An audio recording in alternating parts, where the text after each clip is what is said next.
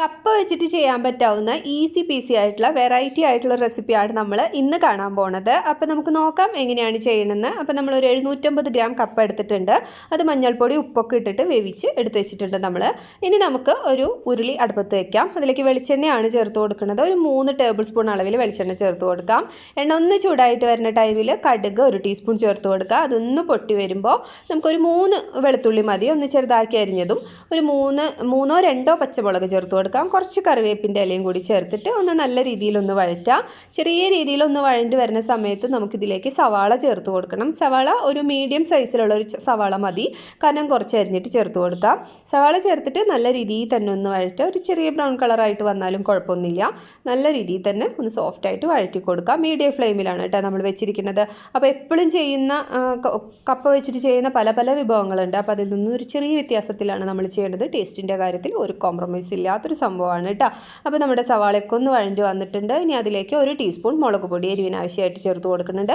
പിന്നെ നമ്മൾ ചിക്കൻ മസാല പൊടിയാണ് ചേർത്ത് കൊടുക്കുന്നത്, 1 ടീസ്പൂൺ തന്നെ. പിന്നെ കുറച്ച് ഗരം മസാലപ്പൊടി 1/2 ടീസ്പൂൺ കുരുമുളക് പൊടി. ഇത്രയും കാര്യങ്ങൾ കൂടി ചേർത്തിട്ട് നല്ല രീതിയിൽ തന്നെ ഒന്ന് വഴറ്റി കൊടുക്കുക. അപ്പോൾ ചിക്കൻ മസാല നിങ്ങൾ സ്കിപ്പ് ചെയ്യരുത് കേട്ടോ. അതാണ് നമ്മുടെ ഈ കറിയുടെ ഒരു ഹൈലൈറ്റ് എന്ന് വേണമെങ്കിൽ പറയാം.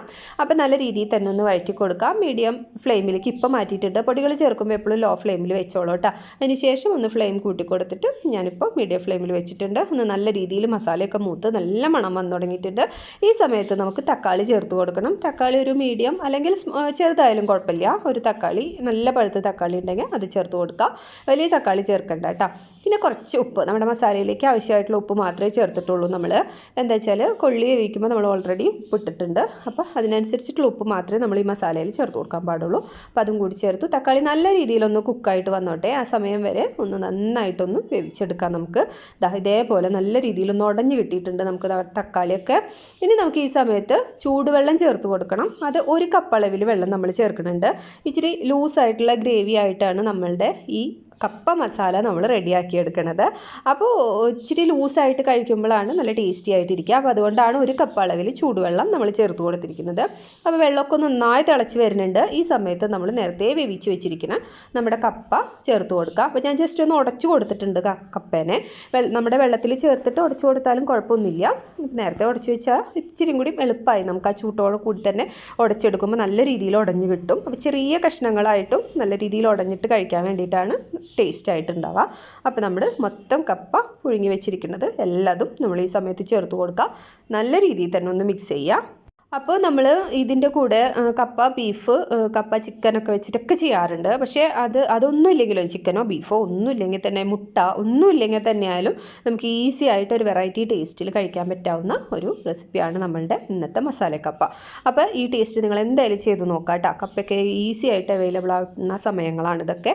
അപ്പോൾ നമ്മൾ നല്ല രീതിയിലൊന്ന് മിക്സ് ചെയ്തു. ഇതേപോലെ ഒരു ഗ്രേവി ആയിട്ട് കഴിക്കാനാണ് നന്നായിട്ടുണ്ടാവുക. ഇപ്പോഴത്തെ ഗ്രേവി നിങ്ങൾ നോക്കണ്ട, കുറച്ച് കഴിയുമ്പോൾ ചൂടാറുമ്പോൾ ഒന്നും കൂടി കട്ടിയായിട്ട് വരും. കുറച്ച് മല്ലിയിലയും കൂടി നമ്മൾ ഈ സമയത്ത് ചേർത്ത് കൊടുക്കുന്നുണ്ട്. നല്ല രീതിയിലൊന്ന് മിക്സ് ചെയ്യാം. ചൂടോട് കൂടി, ലൈറ്റായിട്ടുള്ള ചൂടോട് കൂടിയിട്ട് കട്ടൻ ചായയുടെ കൂടെയൊക്കെ കഴിക്കാൻ വേണ്ടിയിട്ട് സൂപ്പറാണ് നമ്മുടെ മസാല കപ്പ കേട്ടോ. അപ്പോൾ കപ്പയൊക്കെ വാങ്ങിക്കുമ്പോൾ ഒരു തവണയെങ്കിലും ഇതുപോലെ ചെയ്ത് നോക്കുക. ഫീഡ്ബാക്സൊക്കെ കമൻസ് ആയിട്ട് തന്നെ അറിയിക്കുക. അപ്പോൾ ഇതുപോലെ ചെയ്യാൻ പറ്റാവുന്ന ഈസി ബീസി ആയിട്ടുള്ള വെറൈറ്റി റെസിപ്പീസായിട്ട് ഞാൻ വേഗം വരാം. അതുവരേക്കും ബൈ, താങ്ക് യു.